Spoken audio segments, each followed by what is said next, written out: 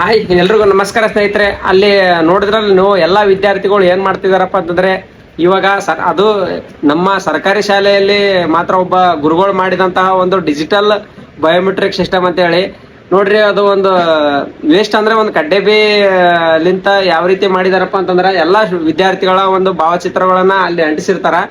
ಮತ್ತ ಪ್ರೆಸೆಂಟ್ ಮತ್ತೆ ಆಬ್ಸೆಂಟ್ ಅಂತ ಹೇಳಿ ಮಾಡಿರ್ತಾರ. ಯಾವ ವಿದ್ಯಾರ್ಥಿಗಳು ಬಂದಿರ್ತಾರ ಅದು ಪ್ರೆಸೆಂಟ್ ಅಂತ ಹೇಳಿ ಮೇಲ್ಗಡೆ ಮಾಡ್ತಾರ ನೋಡ್ರಿ. ಏನು ಅಂತ ಅದ್ಭುತವಾದಂತಹ ಒಂದು ಕಲೆನ ರೂಪಿಸಿರ್ತಾರ.